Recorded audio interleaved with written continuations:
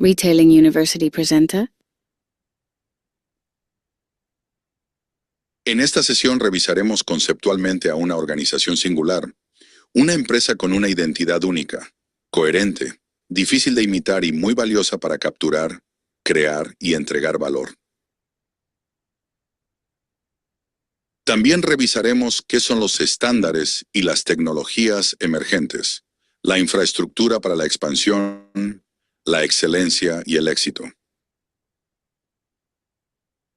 Orquestación de valor con IA. Iniciamos la sesión aprendiendo conceptos de inteligencia artificial.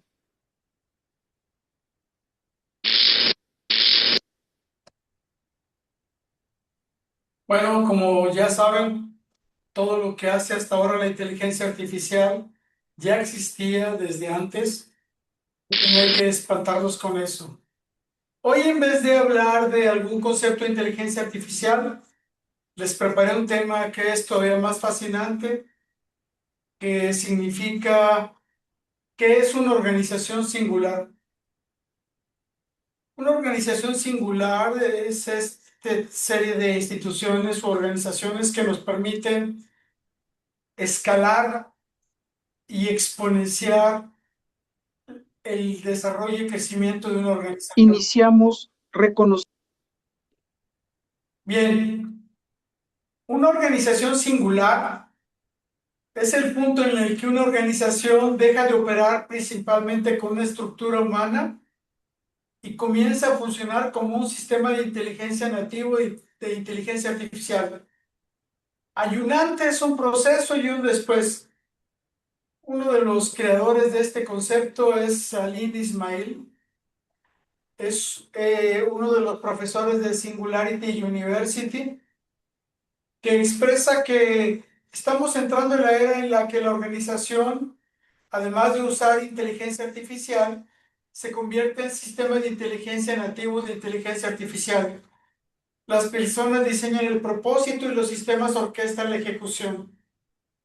Antes de pasar a vivir esta experiencia de evolución, una organización tradicional tiene jerarquías y silos, tiene decisiones lentas, procesos manuales, dependencia de la coordinación humana y un escalamiento costoso y lineal.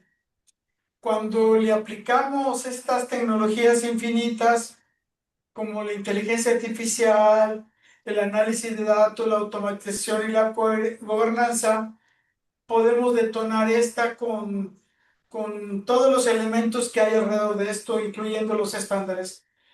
Para llegar a redes inteligentes y modulares, decisiones en tiempo real, agentes y flujos autónomos, coordinación por sistemas y escalamiento exponencial. Escalamiento exponencial. Este es probablemente uno de los elementos más importantes.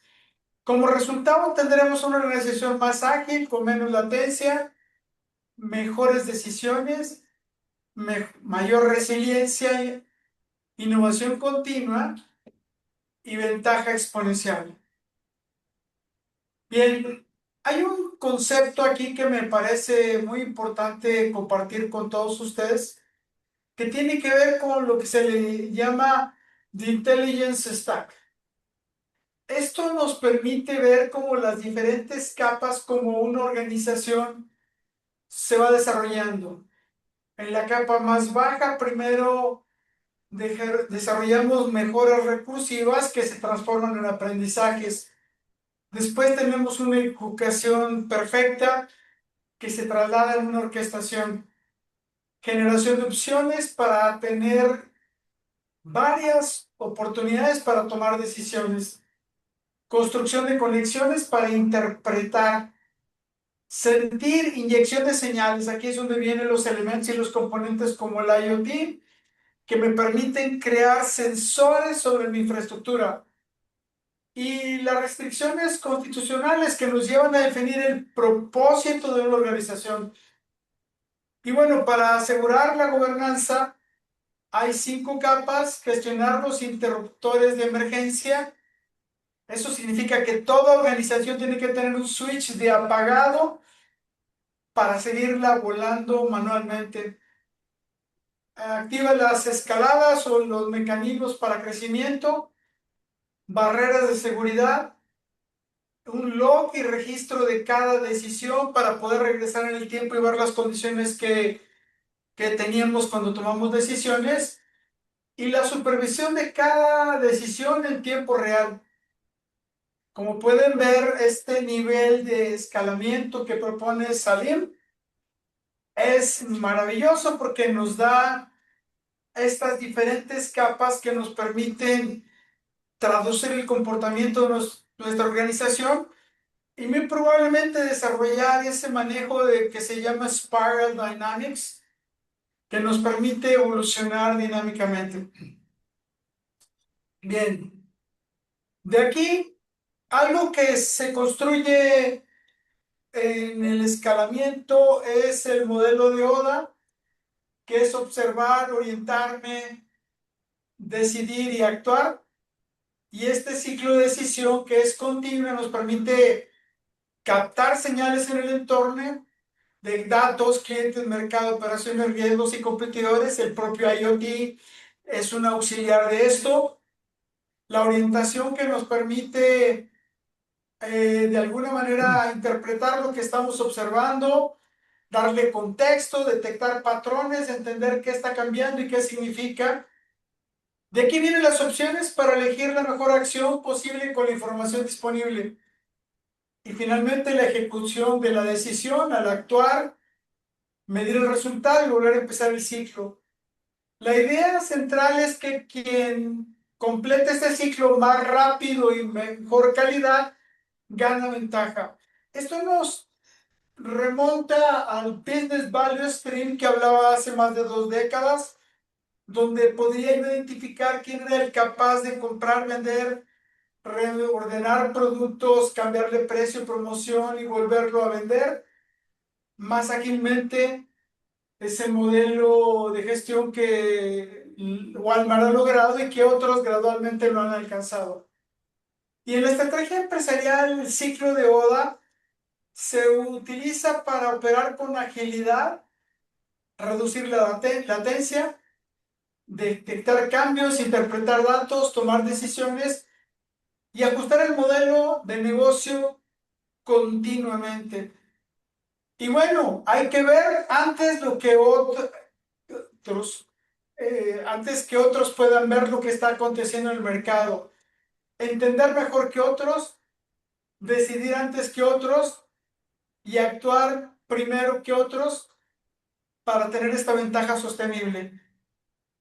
Y bueno, aquí hay un tema que se llama The Self-Disruption Probe. Y esto es un mecanismo de autoevaluación donde yo debo de preguntarme, si yo coloco un equipo de 3 personas usando agentes, ellos pueden reconstruir este negocio de mayor margen en menos de 90 días. Si la respuesta es sí, estamos en riesgo, en un gran riesgo. Eso significa que nuestro modelo es altamente copiable y esto nos debe de poner en alerta para nosotros aprender de esto. ¿Cómo funciona? Los agentes de inteligencia ambiental lo que hacen es simulaciones en la sombra de los competidores nativos de inteligencia artificial contra las funciones de mayor margen que hoy tenemos en nuestra organización: modelado de personal, estructura de costos, velocidad de ejecución. ¿Y qué va a disparar esta alerta? Si un modelo en la sombra puede repetir una función con 30% más menos costos y un 50% más menos humanos. Se activa la alerta. La función marcada se convierte en la siguiente candidata para crear un digital twin, un edge twin. ¿Qué es lo que significa el digital twin? Es un modelo digital automatizado que me permite primero simular el comportamiento de mi organización y después de validado dejarlo volar solo y que ejecute. Y entonces observar es capturar las señales del entorno. Hasta ahora nosotros tenemos una serie de indicadores, pero esos indicadores hay que complementarlos para ver la fotografía total del entorno. La simulación es modelar el comportamiento de los competidores nativos de IA en la sombra. Es decir, ya nos observamos nosotros, ahora estamos viendo el entorno. Comparar con costo, talento y velocidad de ejecución. La alerta se dispara si se cumplen los umbrales críticos y la actuación convierte la función en el próximo gemelo digital. El Digital Twins precisamente viene a cuestionarnos, hacer simulaciones, comparar, alertar y actuar para detectar esta autodisrupción continua que se transforme en ventaja competitiva sostenible. Ahora, es importante identificar que este ejercicio que estoy haciendo aquí, además de ver a la organización, está haciendo un simulacro de qué pasaría si alguno de nuestros colaboradores dejan de estar con nosotros o son reemplazados por agentes digitales. Y aquí vamos a ver agentes nuestros que hablan agentes con agentes de afuera. Y algo que es muy importante es que una empresa necesita una arquitectura más que buena voluntad, esa arquitectura de interoperación. Una superficie de API controlada por políticas. API es Application Program Interfaces. Hagan de cuenta que estos son como los conectores de Lego que conectan datos, información, señales de error, que permiten que los agentes externos obtengan acceso intermedio a nuestro modelo. Son consumidores de APIs con credenciales, seguridades. Hay una tasa de permiso, un límite y una tasa de permisos que se utilizan para acceder. Y hay una autoridad para conmutación de funciones como el botón de switch de apagado. Ya no quiero que entres a mi sistema. Y vienen los metadatos de los objetos de datos que viajan con los datos.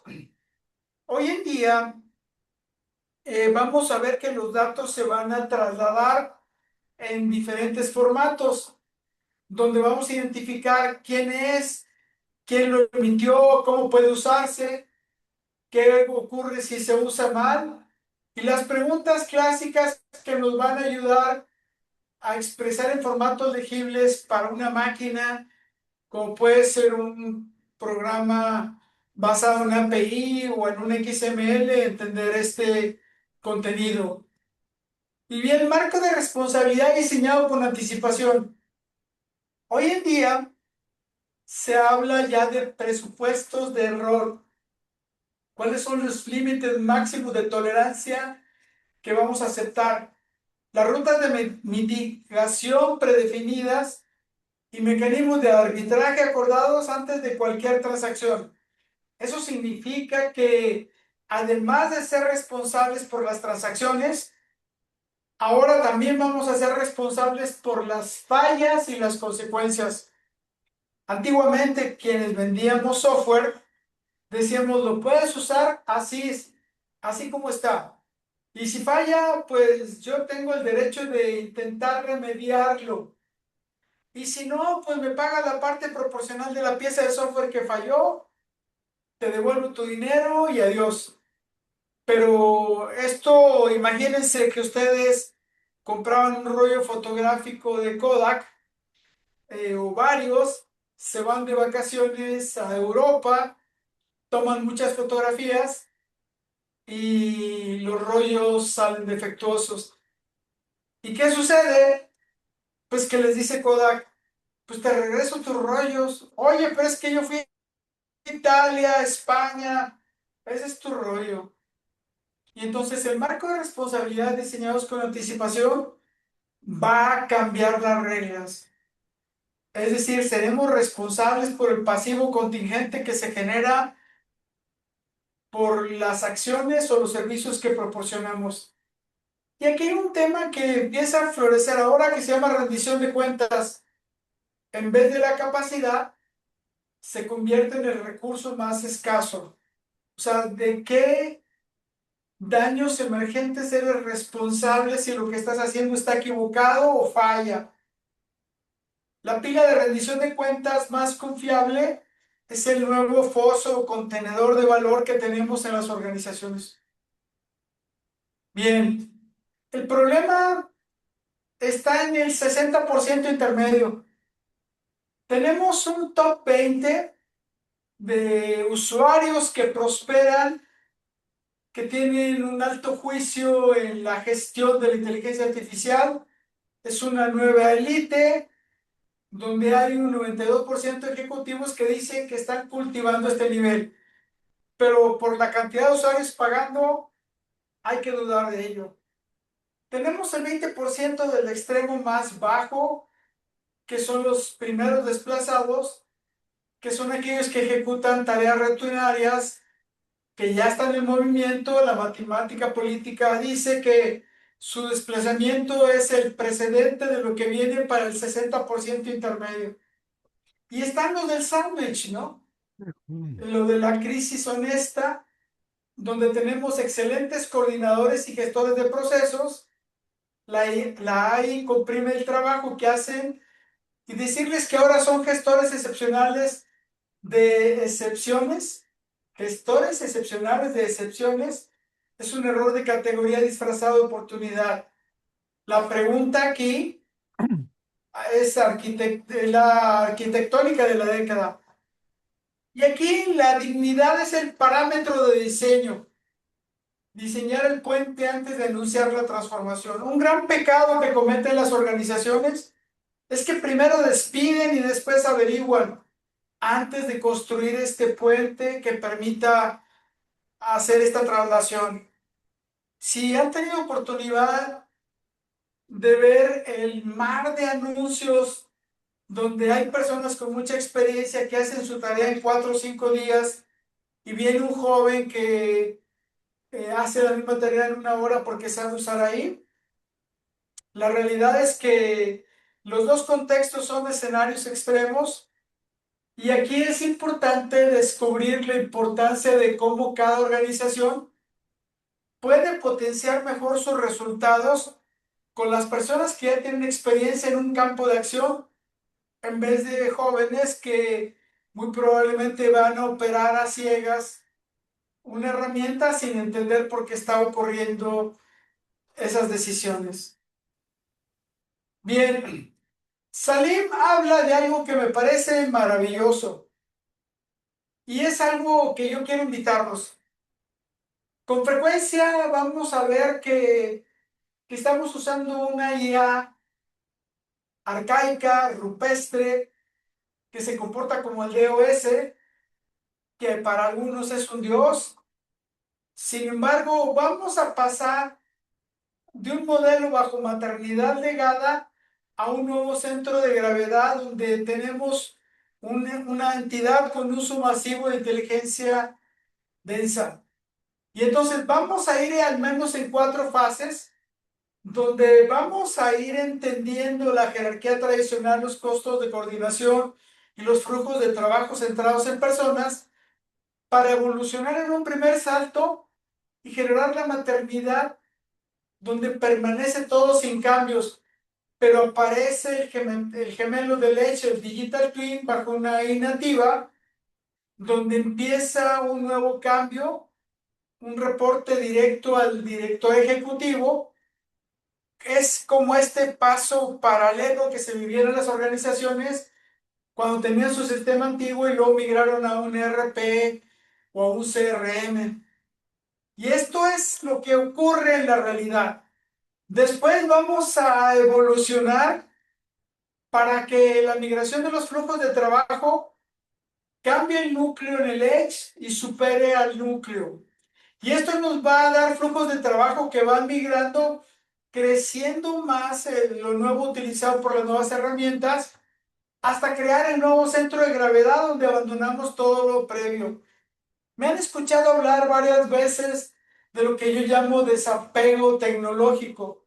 Precisamente a esto me refiero. Es cómo me voy a deshacer mis sistemas antiguos todavía con una alta dosis de comportamiento manual para evolucionar a este contexto. Este Edge de deployment en 4 phases es súper relevante. Así se van a comportar todos los procesos de rediseño. Y esto es algo que debemos de aprender a ejercitar. Es como cuando pasamos de llevar la operación de una compañía sin sistemas a llegar a los primeros sistemas. Después llegaron los sistemas más estructurados e interconectados que operaban y daban datos en lotes probablemente a un paso en tiempo real donde todo está interconectado, dando resultados muy inteligentemente. Y bueno, hay que reescribir 6 pasos secuenciados. La secuencia no es negociable. La gobernanza existe en cada paso. El primer punto es analizar hacia atrás. Me han escuchado decir que hay que ir al pasado para entender lo que yo hacía, para en función de eso diseñar lo que voy a hacer en el futuro. Cuando alguien piensa en Amazon, mi mejor recomendación es aprende de lo que hizo Sears 150 años atrás. ¿Y por qué razón? Porque esto nos permite entender los modelos, ver cómo el cambio de la tecnología es la única condición relevante, y esto nos permite extraer la esencia del modelo de negocio independiente de la tecnología y las herramientas que estoy usando, y desarrollar un modelo totalmente agnóstico de la tecnología. Hay que enamorarnos del modelo de negocio, del problema. No nos enamoremos de la tecnología. Después viene la evaluación. Es reescribir el puntaje de preparación, auditoría de inteligencia e identificar brechas de capacidad. Después vamos al proceso de extracción. Mapear los flujos de trabajo, identificar el candidato del Digital Twin con mayor valor.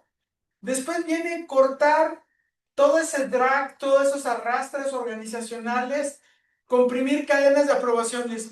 Con frecuencia hay muchas tareas que hace la organización que arrastran la tecnología del presente y nos seguimos metiendo en el lío. Les doy un ejemplo. Acabo de ver una compañía que vende cámaras, que vende una solución maravillosa, que cuando detecta 6 o 7 personas en la fila, avisa al gerente de la tienda que hay que poner un nuevo cajero. Es una solución reactiva. Mi propuesta es, midamos el tiempo cuando el cliente entra al estacionamiento, cuando ingresa a la tienda. Y yo ya sé que Benjamín llega a la tienda y en promedio dura 40 minutos comprando. Y si sumo la hora de llegada y calculo cuántos clientes va a haber dentro de 40 minutos, media hora o 20 minutos antes yo puedo alertar al gerente de la tienda para decirle, hey, en 15 a 20 minutos se va a formar la fila. Fíjense cómo son el mismo problema, pero resuelto desde 2 puntos de vista diferentes. Y esto es a lo que yo los quiero invitar, que con los datos que yo tengo hoy en mi ejecución, debo de ser proyectivo, ver hacia adelante y descubrir con anticipación lo que puede llegar a ocurrir. Porque si yo coloco tecnología para actuar reactivamente, poco voy a lograr. Por eso hay que aprender a eliminar estos drags que se ocurren. Bueno, construir, implementar el Digital Twin, migrar un flujo de trabajo, probar y repetir hasta lograr tener ese nivel de satisfacción. Y finalmente reescribir las redes de inteligencia basadas en pods. El Edge se confirma en la firma, es decir, hay que remodelar, mantener ese principio de gobernar, asegurar desde el día 1 en cada paso, en donde nunca se va a apagar esto. Vamos a vivir en tiempo real, monitoreando todo, y de acuerdo a la información que yo estoy descubriendo, podré actuar con anticipación antes de que ocurra un evento. Bien, la transición turbulenta. Hay los costos duales, hay cronogramas desiguales por sector, dinámicas del talento, fragmentación geopolítica. Y aquí lo que va a suceder es que si nosotros entendemos qué es la curva J, vamos a ver que tenemos un rendimiento que va a ser decreciente y que en el valle de la inversión, desde el punto más bajo, vamos a descubrir cómo vamos a empezar a subir, detonar el crecimiento hasta desarrollar de evolución exponencial generando valor superior. Y aquí tenemos que aprender a decidir dónde se inicia el camino o la inversión. Sabremos que habrá una caída inicial donde los resultados se van a empeorar temporalmente por la propia curva de aprendizaje y la propia tecnología que estoy adoptando, que eventualmente me puede provocar problemas. Después viene la aceleración de los resultados por mejorar la curva de aprendizaje. En uno de los primeros centros de distribución que me tocó automatizar hace más de 3 décadas, yo hice la pregunta, ¿ustedes usan el código de barras?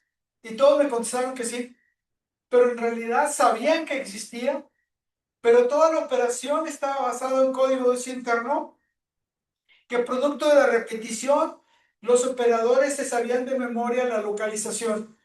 Pero cuando les hago yo una ruta de recolección de productos con número de código de barras, pues el código de barras no lo tenía memorizado, a pesar de que decía pasillo en aquel nivel, y en vez de hacer un sortido de un despacho de una tienda entre 15 y 20 minutos, eso se empezó a atascar y llevaba un promedio de 1 a 2 horas. Y eso empezó a generar una contención, y lo que nunca había sucedido durante 36 horas, funcionó ininterrumpidamente el centro de distribución, cuando debería tener por lo menos un horario de 8 horas de descanso la operación. Cuando me llaman, me dicen, es que tenemos este problema. Les dije, oiga, ¿se acuerdan que yo les pregunté esto y me contestaron que sí? Bueno, pues la solución es fácil. Reproducimos todos los documentos con el código de uso interno y el código de barras y empezamos a trabajar, pero ya había cosas que estaban en proceso y eso no podía rescatarse, y entonces logramos sacar la operación después de 3 días, donde empezó la ventaja del código de barras y la escalación de la superior. A veces, por más bien estudiado y bien implementado que tengamos esas soluciones, esto llega a ocurrir. Y bueno, ¿dónde se aplica? Literalmente donde hay transformación digital, innovación, cambio organizacional. Esto lo creó James Chowen Davis en 1962 como parte de un ejercicio para mejorar la economía, la estrategia y los negocios. Y aquí lo que vamos a ver es que hay una transformación estratégica que exige una caída inicial en el desempeño antes de liberar el verdadero potencial de crecimiento. ¿Qué es lo que llega a suceder? Que a veces este valle es muy largo, provoca desesperación y las personas abortan el uso de la nueva tecnología. Por eso hay que tener mucho cuidado con esto. Bajo una versión de largo plazo, disciplina y paciencia estratégica, medir y aprender rápido, ajustar continuamente y alinear el equipo y las expectativas. Entonces, en cada cambio debemos de tener como expectativa una caída temporal que nos va a traer un aprendizaje, una aceleración y finalmente un valor superior. Y bueno, ¿qué es lo que sobrevive?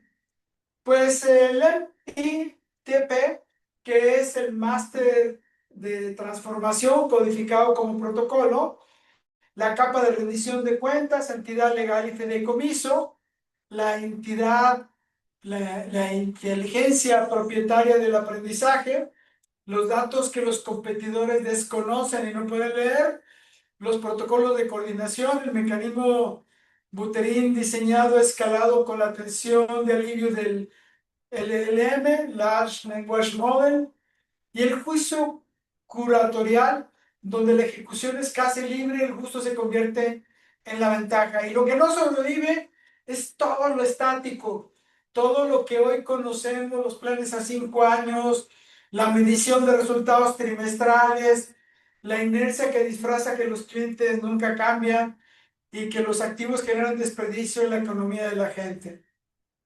Bien, Pues ahora, ya que les he dado este panorama de organización exponencial, lo que quiero es invitarles a prepararse a entender este concepto que la verdad había preparado otro material para la semana pasada, pero ayer revisando dije, quiero darle un vuelco y quiero explicarles esto primero antes de hablar de tecnología, porque una de las grandes omisiones de las escuelas de negocios está en el entendimiento de esto que acabo de hablar y de cómo la tecnología potencia.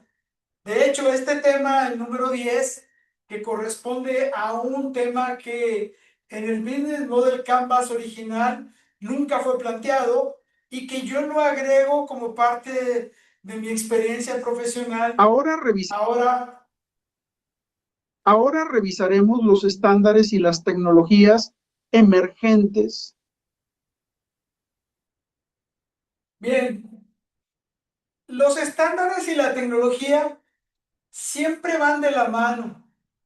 Si bien es cierto, los estándares permanecen a lo largo del tiempo durante muchos años, también desaparecen o evolucionan. Sin embargo, la tecnología, además de potenciar velocidad, la inteligencia, la automatización, la trazabilidad y la capacidad de expansión, también tiene ciclos de reposición, quizá en periodos menores a los estándares. Y esto nos lleva a darnos cuenta que un modelo de negocios es una arquitectura viva, sin depender de improvisaciones, preparada para crecer, aprender, adaptarse y competir en la nueva economía. Un modelo de negocios, en Ovia lo complementamos con frameworks que permitan enfocar y profundizar su análisis y entendimiento. Bien, ¿se recuerdan del Business Model Canvas?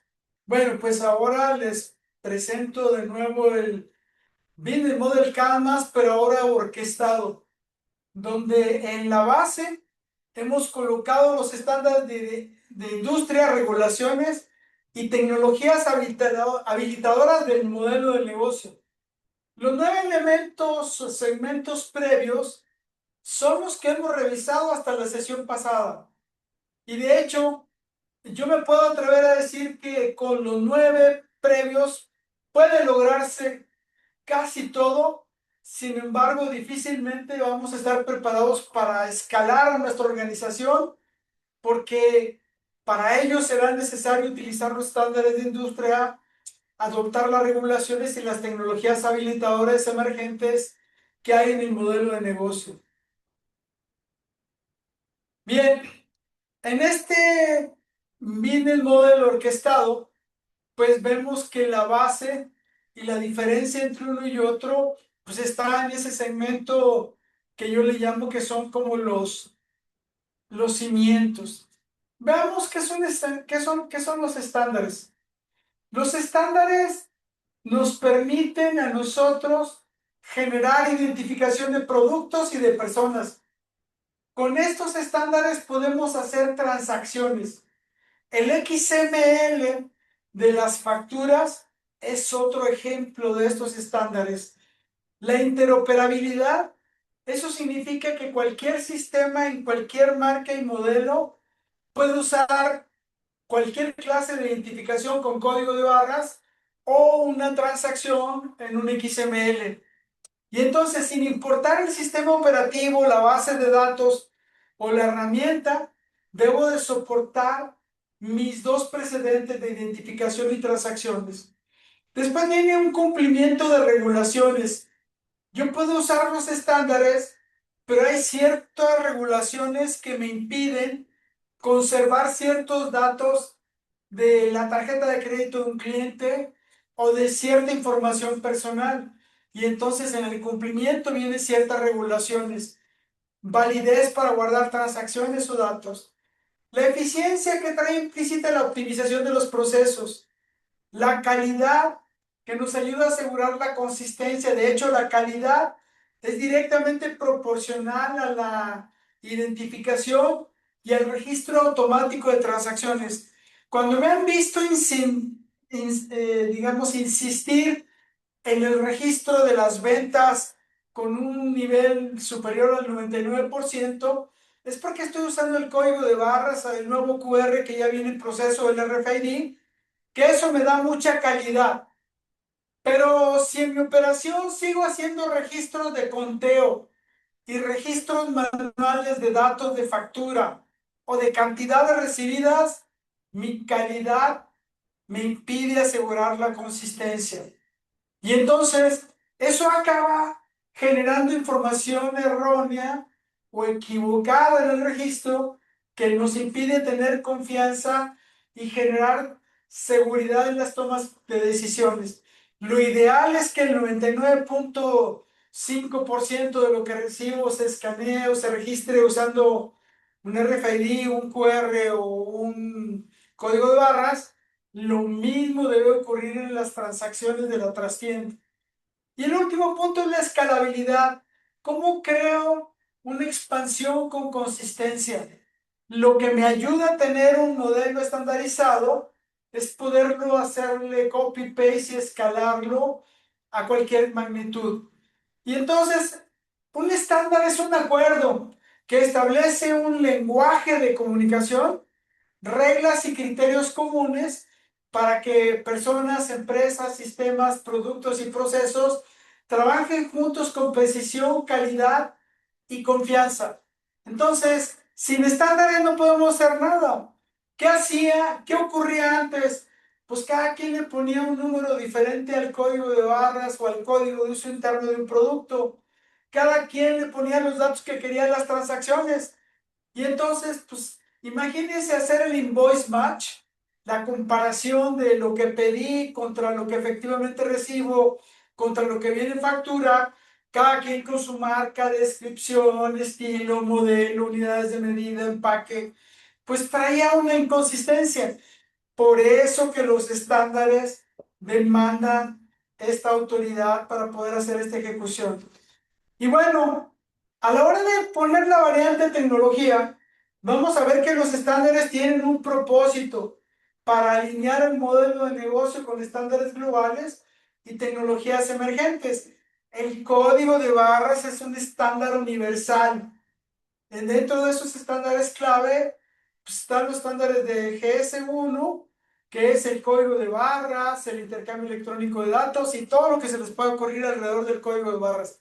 Hasta ahora, el estándar que más productividad genera en el planeta es el código de barras. Luego tenemos los estándares de ARTS. Los estándares de ARTS es Application Retail Technology Standards, que es una organización que fundamos independiente, después formó parte de la National Retail Federation, la NRF, y luego nos abandonó y nos dejó huérfanos. Pero bueno, ¿qué es el punto? Aquí se habla de la interoperabilidad de sistemas. Los RPs nunca cumplieron con su promesa de resolver el 100% de las operaciones de una compañía. ¿Y por qué razón? Por múltiples deficiencias tecnológicas y de diseño. Y entonces, ¿qué fue lo que pensamos? Crear una serie de conexiones, interfaces y soluciones o bases de datos comunes que permitan la trazabilidad, la confianza y el cumplimiento interoperando a través de API o transacciones. Y las identidades globales y verificación de GCI, que es Global Commerce Initiative, que es una asociación donde están reunidos todos los grandes fabricantes de productos y también están los grandes cadenas comerciales, donde el objetivo es desarrollar un comercio con un mínimo de fricciones. Y bueno, tenemos tecnologías emergentes en el punto 3 como la inteligencia artificial, el Internet de las cosas, el blockchain que nos trae confianza y registros inmutables, data science, analítica avanzada, digital twins, simulación y optimización y los contratos inteligentes. Luego vienen los habilitadores, la interoperabilidad, trazabilidad, confianza y eficiencia. Y bueno, el impacto en el modelo de negocio. pues mejorar decisiones basadas en datos, experiencia superior del cliente, cumplimiento y gestión del riesgo, escalabilidad y nuevas oportunidades y ventaja competitiva sostenible. Y en la base de gobernanza, tenemos gobernanza de estándares, gestión de datos, seguridad y privacidad, auditoría de cumplimiento, monitoreo continuo y mejora continua. Esta base y estos cimientos son muy importantes. Una de las grandes debilidades de los ERPs es que muchos no pasan esta visión y perspectiva.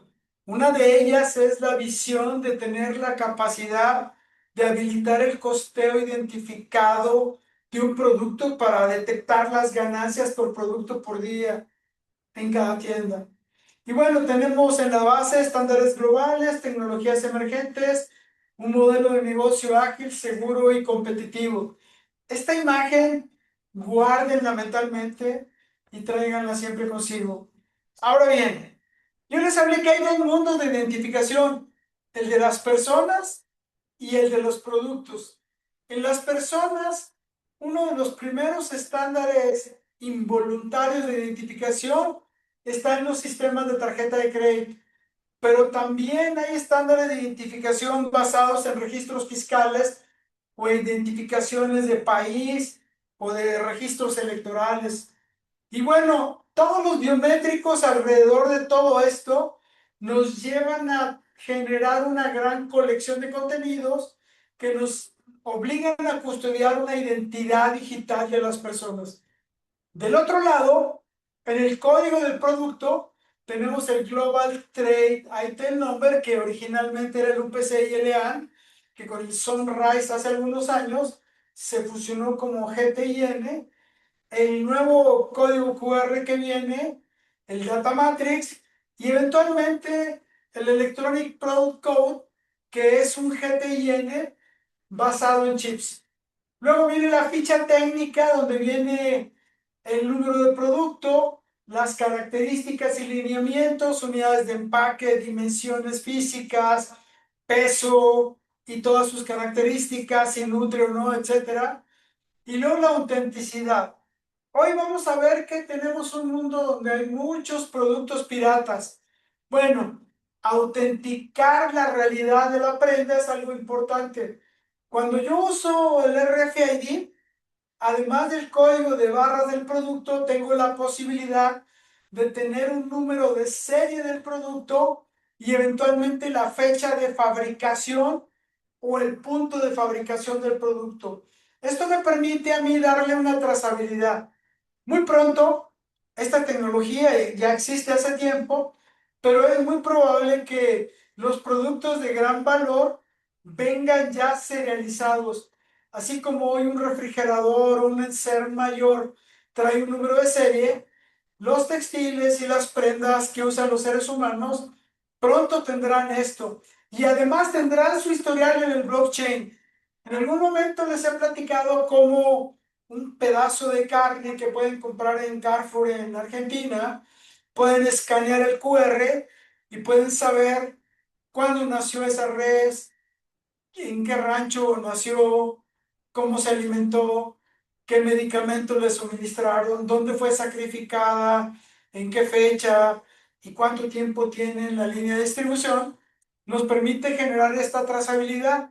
Para eso, blockchain es un recurso muy importante. Y entonces, todo esto tiene un solo propósito: crear confianza, interoperabilidad, seguridad y valor. Personas y productos identificados, información conectada con decisiones inteligentes.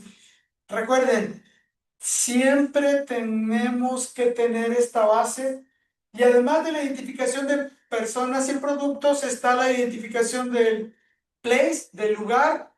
Eso significa que con el Global Location Number, cada tienda, cada centro de distribución y cada punto corporativo tiene una identificación única para saber quién con quién, de dónde a dónde estoy haciendo transacciones. Cuando yo le compro a Procter & Gamble, en realidad le estoy pidiendo al corporativo de Procter pero no sé de qué fábrica o centro de distribución me van a surtir.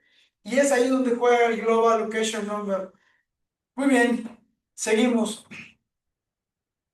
En estándares de seguridad para tarjetas de crédito, pues vean, tenemos la banda magnética, la tarjeta con chip, el contactless, el Near Field Communication, el ISO, que nos permite a nosotros identificar el control de la tarjeta, el ISO 8583, que es el mensaje que se envía al medio de autorización, al banco adquiriente y luego el mensaje de reversa, el PCI, que es una estándar donde se regula qué clase de datos o información se pueden guardar. Hoy en realidad solo se pueden guardar los últimos 4 dígitos del número de la tarjeta, el número de la autorización y cualquier información adicional.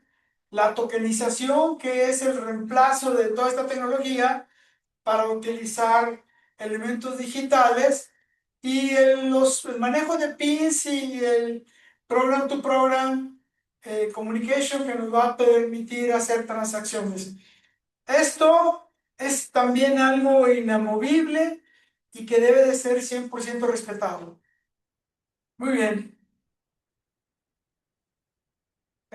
Perdón, ¿me están escuchando? Bien. Seguimos.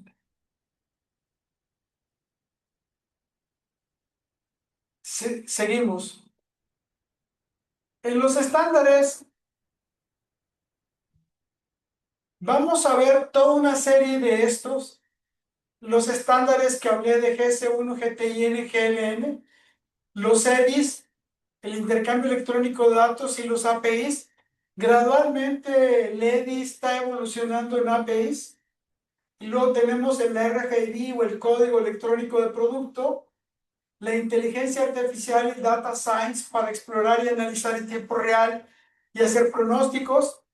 El IoT. El IoT son como los sensores. Es como la piel que me permite leer si está suave, terso, caliente o frío, una superficie. El IoT también pueden ser mis ojos para darme cuenta de un comportamiento. Tengo el blockchain, los smart contracts y el digital twins. Cada uno de estos lo veremos en las siguientes sesiones con más profundidad. Lo que hoy quiero que se lleven es todo este conocimiento y este bagaje y la importancia de que un presidente o director ejecutivo de una organización debe ser capaz de visualizar toda esta serie de artefactos, porque esto es lo que nos permite navegar a una organización con el grado de automatización de un avión, donde el piloto solo recibe alertas y no tiene que ir viendo la temperatura del motor o de las alas o de algún punto en particular. Muy bien. Y dentro de los estándares, pues aquí vienen las explicaciones mucho más detalladas de para qué sirven, ¿no? Puede identificar producto, ubicación y envío, que es lo que les compartí previamente. El EDI, los APIs, pedidos, facturas y catálogos. Los RFIDs, origen, cadena, cliente. Los datos, estructura semántica y escala. El gobierno, datos confiables y auditables. Y el Digital Link son los touchpoints físicos y digitales que vamos a construir. Hoy, ustedes han visto cómo en un vehículo vas en una autopista a 50, 60 kilómetros por hora y en automático detecta tus placas, las lee y te manda el cargo, o eventualmente lee el chip del prepago o pospago y en automático te hace un cargo. Todos estos estándares tienen esa visibilización que permite automatizar el registro de cualquier movimiento o evento que está ocurriendo.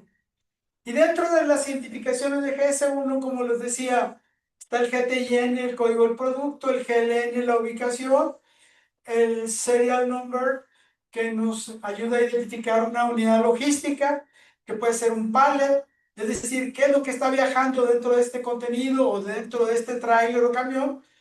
Y el Digital Link que nos va a ayudar a generar un objeto y datos en esta estructura, ¿no? Sin estándares, nadie puede interoperar. Es costosísimo porque se generan muchos errores. Y entonces el objetivo aquí es identificar, interoperar, trazar, conectar y escalar. Muy bien. Dentro de todos los estándares de GS1, pues están los que ya informé: identidad del producto, captura de RFID, eventos de Electronic Product Code, ubicación logística, trazabilidad, inventario en tiempo real, proveedores, tienda consumidor, analítica y cumplimiento. Y vean arriba cómo puse los 3 identificadores más relevantes, que es el GTIN, el Global Trade Item Number, el Global Location Number y el Serial Number de la unidad logística. Pero, ¿por qué insisto en esto? Porque si tu organización hoy no maneja al menos los primeros 8 identificadores, significa que tu organización tiene una gran área de oportunidad y muy probablemente necesita rediseñar su arquitectura operativa. Y bueno, si se fijan abajo dice el RFID que viene en un pallet, un lector de RFID que en automático registra el evento de entrada de Electronic Product Code, se registra en la base de datos, se actualiza en automático el inventario en una determinada localización y se le da visibilidad al inventario. Si tu operación, entre que llega un pallet y hay visibilidad del inventario, demora más de 3 o 4 segundos, significa que vives en la prehistoria.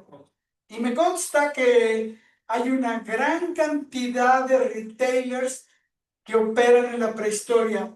Y me gusta hacer énfasis en esto para que todos comprendamos y que levantemos la mano y que le digamos a nuestros jefes que es importante hacer las cosas en tiempo real. Si entre que se descarga el pallet de un tráiler y está disponible el inventario, pasan más de 10 segundos, créanme que su organización tiene pocas esperanzas de sobrevivir el futuro sin corregir eso. Probablemente vivirá porque el mercado es ineficiente, pero llegará uno que será mejor a ustedes y les cobrará con todo esto. Ahora, ¿qué es el RAIN RFID? Una lluvia de señales de radiofrecuencia. Hoy todos saben el costo de tomar un inventario.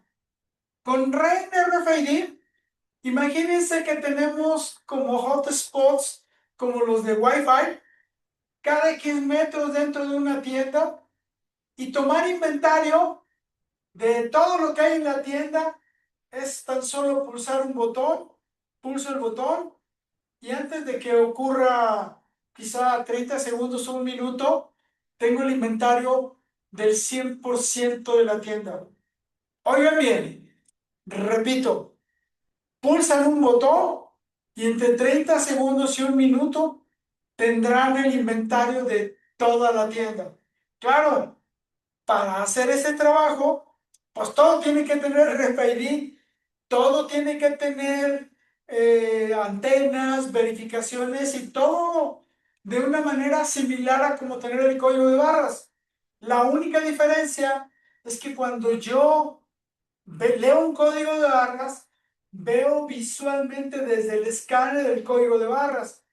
En el caso del RFID, lo único que tengo es que tener la capacidad de hacer llegar el pulso electromagnético a las etiquetas que están dormidas. Cuando reciben el pulso, encienden el chip responde: soy tal número de producto con tal número de serie o tal fecha de fabricación, y regreso el pulso a la antena. Esta se encarga de colectar todos a una alta frecuencia y finalmente tengo el resultado de toma de inventarios. Vean bien este cuadrito, también es maravilloso. Cuando ustedes ven empresas como Decathlon, operan con esto que les estoy diciendo. En México, A nivel global, probablemente Decathlon sea una de las más avanzadas, igual que Uniqlo y otras organizaciones con un perfil similar muy volcado a textiles. Eso significa que todos los supermercados podrían tener el control del 100% en RFID usando esto, pero aquí vienen los peros de los mitos, la visión y las cosas que se pierden en este tipo de ejecuciones. Bien, pasamos al tema de tecnología. La tecnología nos va a dar cierta capacidad, nos va a habilitar con una herramienta esa capacidad de transformación del presente operativo al futuro exponencial. En el centro vamos a ver la inteligencia artificial, la automatización, vamos a ver la analítica avanzada, el Internet de las cosas, el blockchain, robótica. Ojo, los robots existen hace muchos años. Las primeras aplicaciones de robótica fueron desarrolladas para manejar material radioactivo dentro de plantas nucleares. La primera aplicación que se desarrolló fue para evitar que el ser humano tuviera ese tipo de contactos. Viene un gran boom con la industria automotriz. Literalmente hoy todos los autos son ensamblados por robots. Y entonces, ¿cuál es la novedad? Ninguna. La única diferencia es que todos estos robots, el caso de los que movían uranio, sí tenían algún tipo de capacidad de movilidad. Sin embargo, los robots de la industria automotriz son semifijos, que lo que hacen es mover el brazo, pero no se desplazan en superficies. Hoy la única ganancia en extra que vamos a tener del robot es que va a ser independiente y se va a mover con baterías. Esa es la única ganancia. Me gusta reafirmar esto para que no nos apantallen. Y todavía viene un tema importante a valorar, que es el siguiente. Elon Musk dice que su robot va a valer entre 20 y 25 mil dólares. Imagínate tener un robot en tu casa que te auxilie en todas las tareas. Sin embargo, hay un pequeño detalle, que este robot solo puede hacer una sola cosa a la vez. Sin embargo, en casa yo puedo tener un robot Roomba que limpie mi casa, puedo tener un robot que lave la ropa, puedo tener un robot que limpie los vidrios, y así puedo tener una colección de robots de uso particular que van a interoperar entre ellos. Pero, ¿qué pasa? Si se hace viejo o obsoleto, pues es más fácil cambiar esa pieza a que cambiar todas las funcionalidades de un robot. Y entonces, hay muchas ventajas que nos pueden vender, pero a la hora de llevarlas a la práctica y probar, nos vamos a dar cuenta que hay siempre soluciones alternas, aquellas de divide y vencerás, donde puedes ir adquiriendo la mejor solución según tus necesidades. Viene el tema de los gemelos digitales, que es la habilidad para hacer simulaciones y predecir el comportamiento y eventualmente optimizar el comportamiento de cualquiera de estas tecnologías. Y entonces, esta capacidad para y generar habilidades a través de herramientas es lo que nos va a ayudar a aprender, a innovar y a crear valor. ¿Y por qué es importante? Porque son nuevas formas de crecimiento, mayor eficiencia y menor fricción, diferenciación sostenible, velocidad estratégica, experiencia excepcional, escalabilidad inteligente y oportunidades que previamente eran invisibles. ¿Y el impacto real en dónde está? Reducir fricciones. Aquí el jardín que ven a mis espaldas será regado todos los días por un jardinero.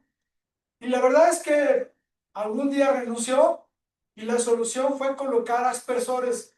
Y con una solución de automatización de 200 pesos, podemos regar el jardín. Claro, hay que tener un humano que le abre y le cierre la llave, pero se riega en automático el jardín. Lo que quiero decirles con esto es que no siempre la tecnología más avanzada es la solución más importante. Por eso insisto mucho, todo lo que nos trae la inteligencia artificial son cosas que ya se resolvieron en el pasado. Anticiparnos a las decisiones. Imagínense que el aspersor pudiera tener un sensor de pronóstico del tiempo y que pudiera identificar que va a llover, y como sabe que va a llover, ya no se enciende. O estos sensores de iluminación que permiten encender las lámparas cuando no hay luz natural. Elevan la excelencia operativa, personaliza la experiencia, escala procesos, descubre oportunidades invisibles y fortalece la competitividad y crea el valor sostenible. Y entonces, la tecnología emergente deja de ser moda cuando se convierte en una palanca para expandir capacidades y construir el futuro, escalar el crecimiento de nuestra organización. Entonces, cuando estén haciendo sus diseños, sus modelos, repasen estas presentaciones y hagan este ejercicio de valoración. En el Internet de las cosas, en realidad son sensores. Antes venía alguien y tomaba la cantidad de watts consumidos en el medidor de energía eléctrica. Esa es la versión antigua. La versión moderna es la del propio sensor que se monitorea remotamente y que se prende y se apaga remotamente si no paga la cuenta, ¿no?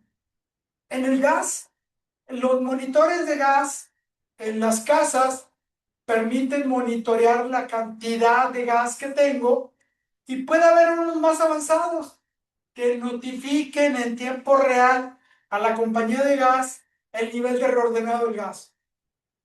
Lo mismo sucede con otros elementos. En la casa de ustedes, en el sanitario, van a ver que tienen un tanque que cuando está vacío el flotador baja y lo que hace es abrir la llave para que se llene el tanque.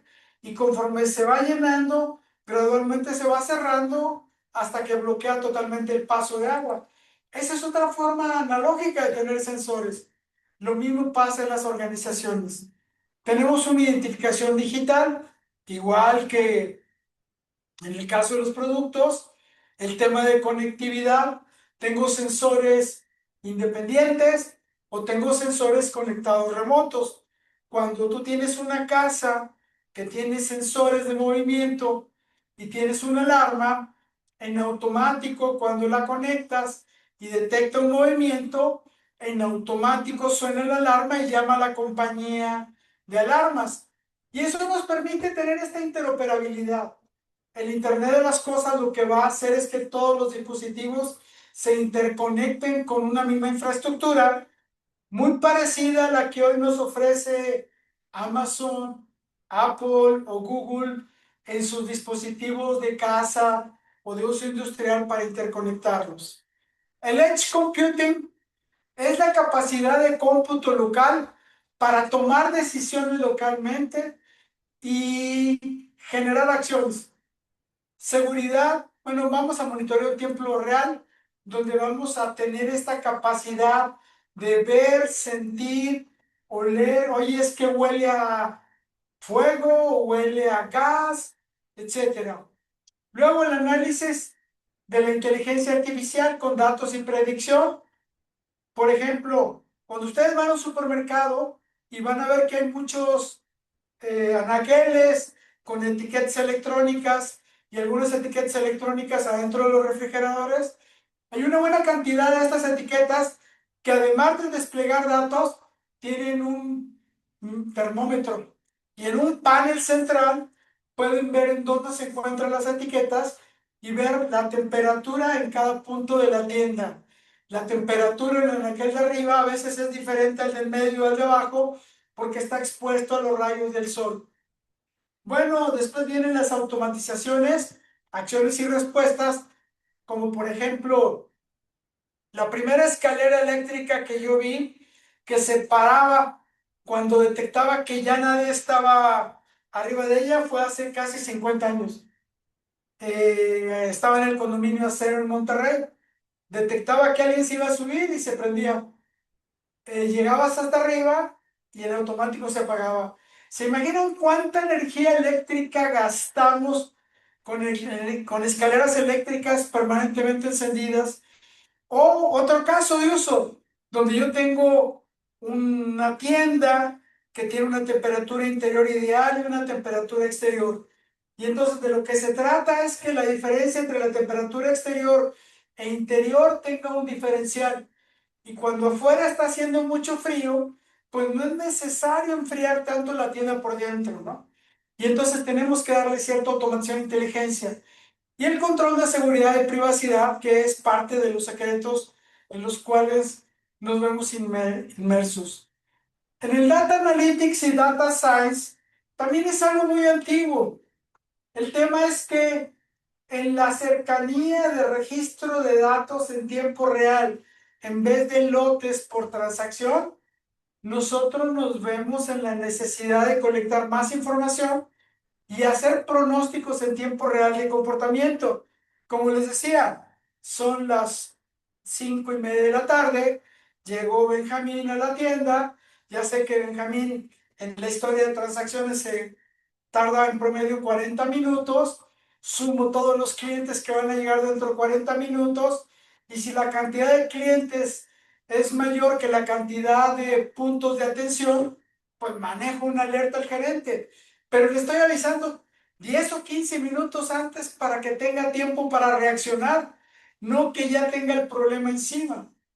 Y entonces aquí lo que buscamos descubrir es qué pasó, por qué pasó, qué puede pasar, qué debemos de hacer. Estas 4 preguntas son fundamentales. ¿Qué pasó? ¿Por qué pasó? ¿Qué puede pasar? ¿Qué debemos de hacer para automatizar y aprender, simular y automatizar? Hace muchos años, por allá por 1988, vino a México el director del Corte Inglés, del área de TI, y en ese momento ellos eran clientes de IBM y yo también, en la compañía donde colaboraba, y me dijo IBM, viene ese señor, de hecho lo invitamos a México a que venga, y le dijimos que un día pase de 8 de la mañana a 8 de la noche contigo. Y así sucedió. La primera pregunta que le hice fue, ¿cuál es el sistema más importante que tienes en operación? Y me dijo, tenemos hoy un sistema, 1988, que lee las placas del auto en tiempo real, validamos que no esté reportado como robado y después le abrimos la compuerta y lo dejamos entrar. Y con semaforización en los techos, nosotros logramos que el auto llegue en el menor tiempo disponible a un lugar para que se estacione y en vez de gastar el tiempo estacionándose, tenga más tiempo para comprar dentro de la tienda. Fíjense, 1988. Y el sistema que utilizaba era una máquina de IBM que le llamaban Serie 1, que era un procesador que analizaba datos en tiempo real y que generaba acciones y alertas. El computador era el que decidía ir a consultar, era el que decidía si abría o no la compuerta para entrar al estacionamiento, monitoreaba la semaforización y todas estas cosas que les estoy diciendo. Y entonces con estos elementos tenemos que partir de una serie de conceptos claves como dato, información, insight, modelo, algoritmo, machine learning, dashboard, KPI y data governance. Conceptos clave. Y del lado derecho, beneficios concretos como mejores decisiones, eficiencia operativa, mejor experiencia del cliente, mejor rentabilidad, anticipación del futuro, oigan bien lo que les decía, y la base para colaborar, operar con IA. Datos, información, insight, decisión, acción y valor son los que nos hacen prepararnos.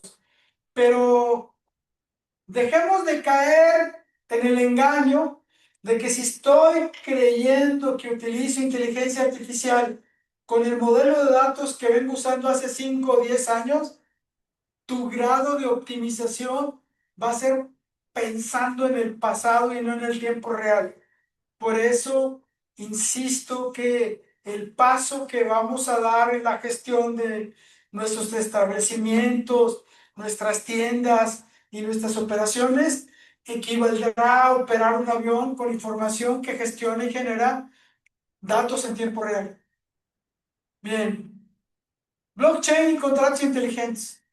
Aquí las cosas se vuelven un poco más largas de explicar. Pero bien, nada que no se pueda hacer. Y entonces, ¿qué es un blockchain? Un blockchain es un mecanismo que tiene una base de datos, quiero llamarle una base de datos, igual que la base de datos de las redes neuronales, también es una base de datos, igual que las bases de datos de archivos planos o relacionales en red o en objetos también son bases de datos. Son bases de datos que tienen otras formas de guardar la información y los datos. Donde hay un registro compartido, hay una inmutabilidad operativa, es decir, lo que se registra ahí, nadie lo puede borrar.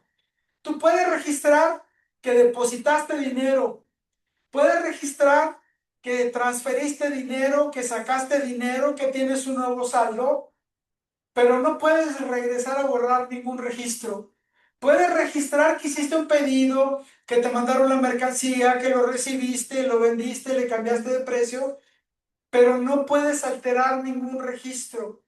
Es parte de esa caja negra como la que tienen los aviones para diagnosticar por qué ocurrió un evento o un accidente, donde la colección de datos me permite llegar a ciertas conclusiones.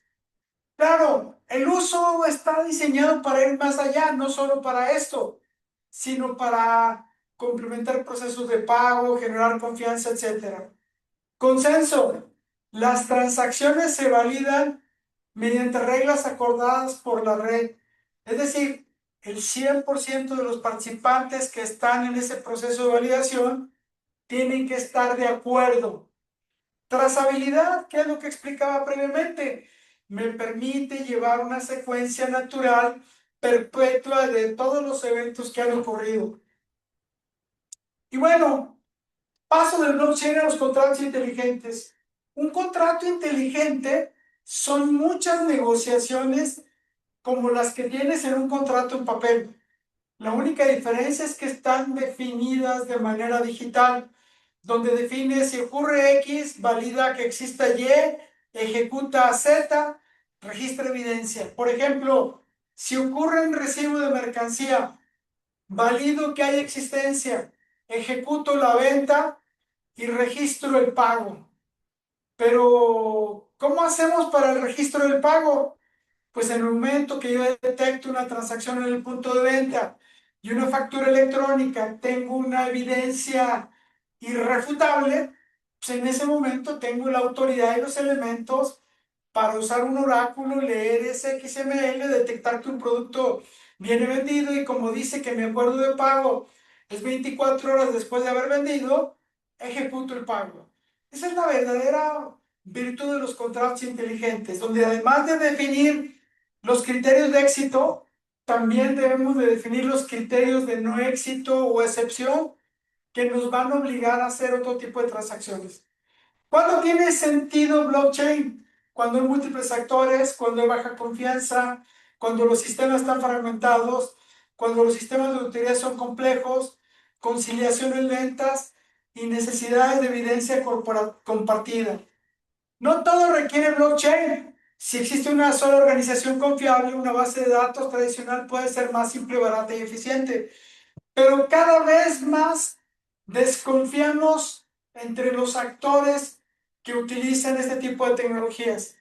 ¿Dónde genera valor? En la cadena de suministro, en el retail y consumo, finanzas y pagos, logística, gobierno y cumplimiento, economía circular. ¿Qué pasa con las tarjetas de crédito? Que ustedes les hacen cargos, compras, ventas, pero no tienen control de los datos, ni tienes acceso en tiempo real a los datos.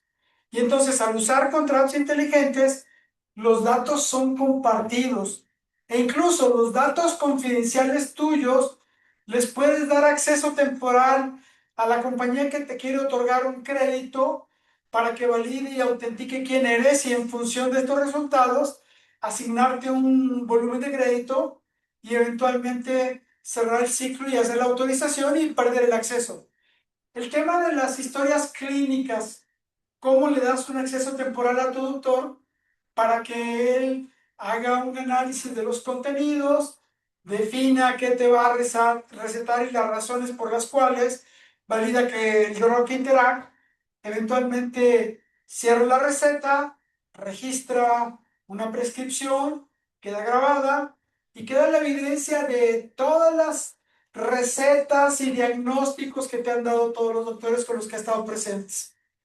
Confianza sin fricción, velocidad operativa, trazabilidad verificable, cumplimiento auditable, nuevos modelos de negocio y experiencia del consumidor son parte de los beneficios. ¿Cuáles son las consideraciones clave?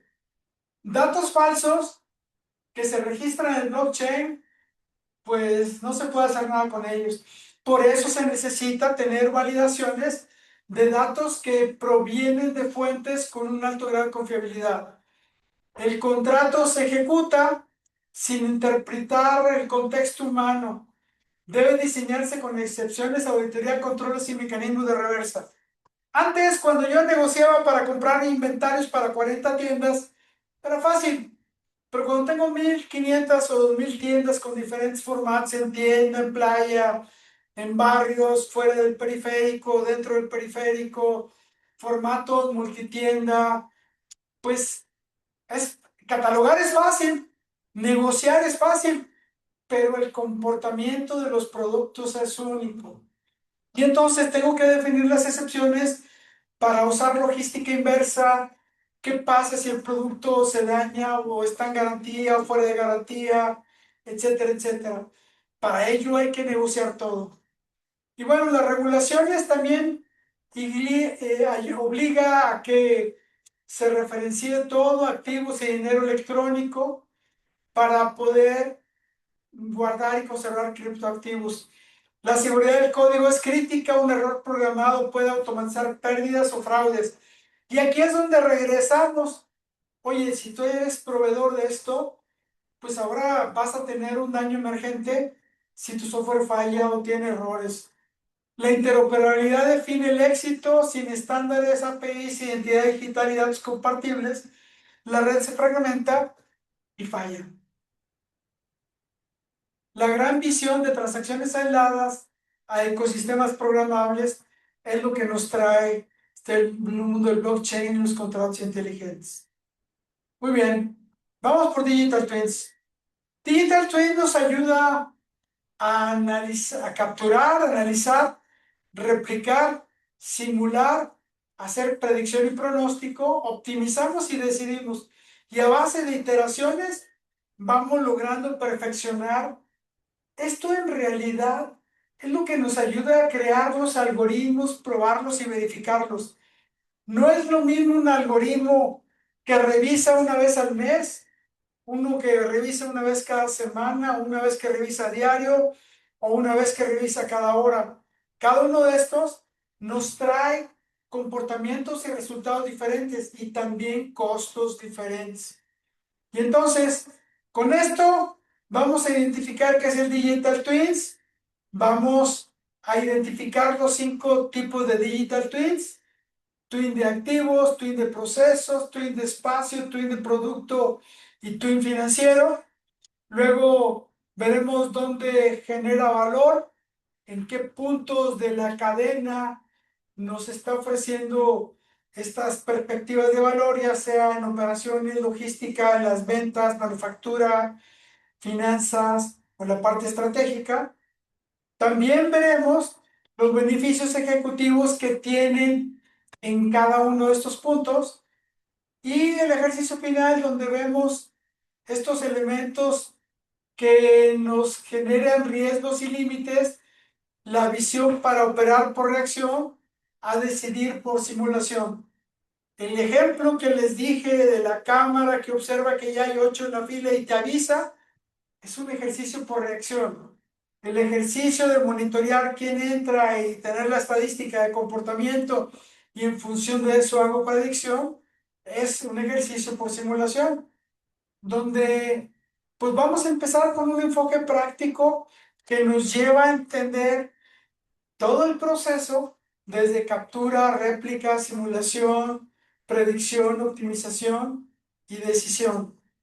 Esto es maravilloso porque lo que le vamos a dar es vida a los datos en tiempo real, haciendo pronósticos. Es como cuando el Waze o la aplicación de Uber les dice, vamos a llegar a nuestro destino en 40 minutos, pero si resulta que alteran la ruta, recalcula en tiempo real el nuevo tiempo en función de los datos previos que tienen. Eso es un digital twin. Y eso mismo lo podemos aplicar a cualquier actividad dentro de nuestra organización. Muy bien, pues Prompts vamos de a pasar a negocios. prompts de negocios. Creo que estos temas son muy emocionantes, son muy agradables y nos llevan a un entendimiento mucho más profundo. Aprovechando el marco conceptual del Business Model Canvas y los frameworks correspondientes, definimos un GEM de Gemini y un GPT de ChatGPT para poner en práctica lo aprendido. Muy bien, pues vamos a usar rápidamente el GPT.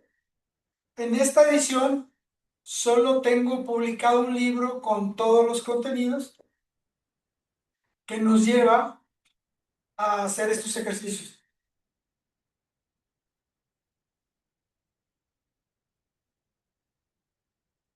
Solo que me abrió la aplicación en web. Bueno, no importa. Bueno, aquí ya lo tenía.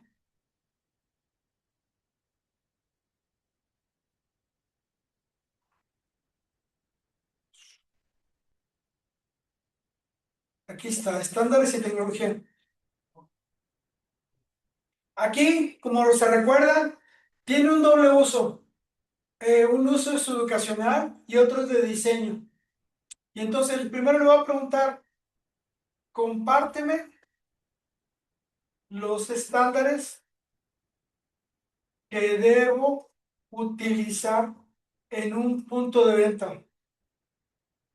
¿Y por qué?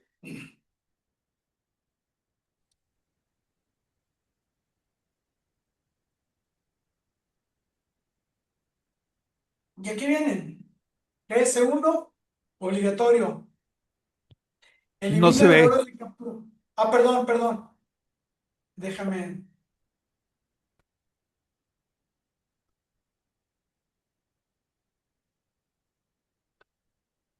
Ahí ya lo ven. No. Ya. Perfecto. Y entonces, ¿qué es GS1? La gramática universal del comercio. Elimina errores de captura, aplicaciones en punto de venta, etcétera, etcétera, etcétera. Y luego Digital Link, en donde se incluyen ingredientes, certificaciones, garantías, la propuesta de valor, canales de relación con clientes, automatización de orden de compra, etcétera, etcétera, etcétera. Ahora bien, yo le puedo preguntar, dime cuáles son los estándares que le han permitido a empresas líderes como Walmart, Whole Foods, Tesco, Carrefour y otros más a tener un control de inventarios cercano a la perfección.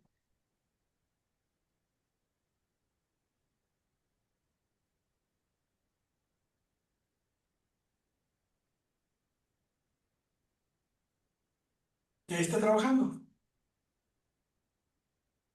Vean cómo dice tener un mejor punto de venta y viene en los estándares, evita duplicados, errores de captura y confusión entre SKUs, medir la sincronización del catálogo, etcétera, etcétera, ¿no? Y aquí vienen todos los estándares que hay que cuidar o adoptar. Algunos son complementarios, otros son sustitutos. Pero bueno, lo que quiero ilustrarles es que los GPTs y los GEMS que hemos preparado tienen mucho valor porque les puede servir para contestar o resolver dudas de manera privada o particular. Ahora hagámosle otra pregunta. Preguntemos, ¿cómo puedo utilizar el IoT en la operación de mis tiendas y qué beneficios esperar?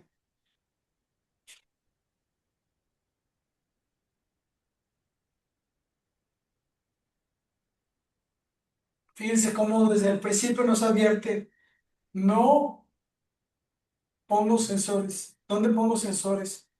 Es decisiones que sigo tomando a partir de la información disponible.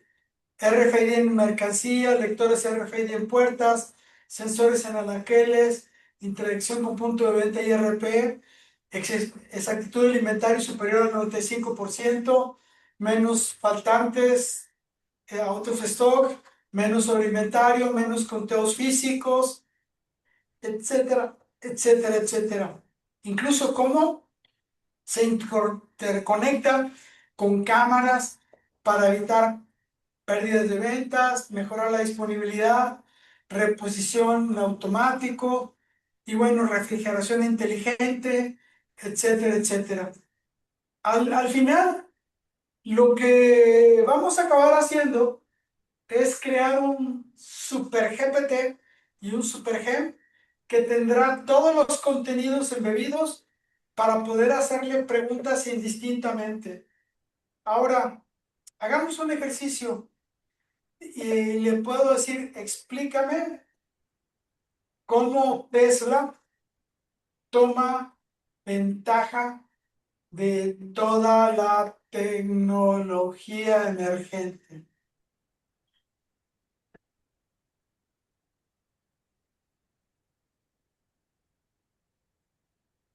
Y vean cómo partimos de que no es un fabricante de automóviles, si es un proveedor de energía eléctrica, de dispositivos de energía eléctrica, donde hay un sensor en los frenos, en la dirección, la aceleración, la temperatura, estado de baterías, uso del autopilot, condiciones del camino, cámaras, consumo energético. Hace un poco más de una semana salió una versión de cambio de Tesla. Un auto Tesla tiene 8 cámaras que se utilizan para el autopilot, pero pues, como todas las cosas, cuando se diseña, se planea pensando en las condiciones donde tú vives. Pero ocurre que muchos de estos autos empiezan a navegar en zonas donde hay nieve y lodo y las cámaras acaban siendo obstruidas y como consecuencia el autopilot no funciona. Entonces imagínense el reto de colocar un limpiador en cada una de las cámaras que permita detectar que el autopilot cuando pierde la sensibilidad en automático active el sensor de limpieza y luego el tema secundario de que le pongo agua o agua con alcohol para que no se congele, ¿no? Y entonces vamos a ver cómo los sensores de IoT cada vez van a ser más sofisticados y más complejos. Hoy hay vehículos o incluso se utiliza mucho en transporte de carga, donde el conductor del tráiler en tiempo real ve la temperatura de cada neumático. En la Fórmula 1, el conductor de un Fórmula 1, el piloto, además de ver la presión con la que ejecuta cada freno, ve la temperatura y toda una serie de calibraciones que tiene. Y entonces aquí vamos a ver cómo también en Data Science tienen esa capacidad de predicción y fallas, ¿no? Lo mismo pasa en las aerolíneas. La primera función de IoT de alto nivel de riesgo está en monitorear las turbinas de todos los aviones en tiempo real. De cierta fecha para acá, todas las turbinas se monitorean en tiempo real por el fabricante, con sistemas a los cuales ni siquiera la aerolínea tiene acceso, son del fabricante de la nave. De hecho, en las naves usualmente son diferentes activos. El planeador es uno y cada motor, por su propio valor, es un activo separado que se monitorea individualmente. Y entonces, cuando vemos aquí qué es lo que monitorea Tesla, cómo utiliza la inteligencia artificial en el self-driving, en el digital twins, en la planta de Gigafactory o las automatizaciones externas, nos va a enseñar qué cosas podríamos nosotros utilizar en nuestra operación y en nuestro ejercicio de utilizar la tecnología. Muy bien, les recomiendo ampliamente que hagan estos ejercicios porque definitivamente nos van a traer un gran aprendizaje. Los agentes GPTs y prompts que te proporcionamos en Retailing University son tan solo una guía para detonar ideas, provocar tu curiosidad y despertar tus reflexiones. Es posible que sus respuestas puedan contener datos e información errónea, por lo cual te sugerimos validar los mismos. Gracias anticipadas por tus propuestas para mejorar sus contenidos. Bienvenidas tus sugerencias. Orquestación de valor con IA. Dejamos una época de cambios por un cambio de época. Recuerda que tenemos una cita en el futuro. A nombre de Retailing University, agradecemos tu participación en esta sesión.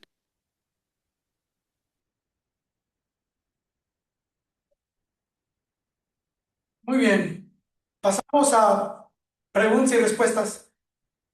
Pues fíjate que yo había escuchado mucho de blockchain, pero ahora que ya lo entiendo más, mi única pregunta ¿es una plataforma? ¿Es un software? ¿Qué es en sí? O sea, ¿cómo yo puedo tener Primero, blockchain en mi computadora y decir, bueno, quiero hacer esto? no, es como una base de datos y esa base de datos tiene una serie de reglas para los usuarios y para el registro de datos y transacciones. Y entonces, ¿qué ocurre? Hay que desarrollar una aplicación a donde se crea un ecosistema. Hay diferentes tipos de blockchains. El blockchain más popular que conocemos es donde se maneja el Bitcoin, que solo sirve para Bitcoin, pero hay otros blockchains para hacer manejos financieros. Ethereum es uno de esos, o manejos comerciales, o desarrollar aplicaciones. Cada vez que guardas datos en el blockchain, te cobran una lana y esa Ok, lana es para siempre. Es como un registro de un notario público. Nadie lo puede alterar. ok, O sea, hoy puedes registrar que eres propietario de un auto y mañana le transfieres la propiedad de ese auto o de esa pintura que compraste a alguien más. Pero va a existir toda la trazabilidad del o los propietarios de ese vehículo, la historia de los accidentes o lo que sea, ¿no? Dependiendo de lo que estemos hablando. O sea, tú podrías hacer un registro, digamos, de todas las incidencias que ocurren con un colaborador, como por ejemplo, cuando lo contrataste y que firme electrónicamente, ¿no? Luego, pidió vacaciones, firma electrónicamente. Oye, te pagué la quincena, aquí está el XML, firma electrónicamente. De tal suerte que cuando decida demandarte algún día, tú vas a agarrar tus datos que ya tienes guardados, certificados y controlados, los pones a disposición de la autoridad y que decida, ¿no? O sea, Ok. tú vas haciendo una colección de transacciones, datos que te permitan darle trazabilidad y tomar una decisión. Bien, entonces, pero finalmente sí hay que desarrollar pues la plataforma para Hay que poderlo hacer. desarrollar o hay aplicaciones ya basadas en Ok, blockchain. de acuerdo. Bien, pues Bien.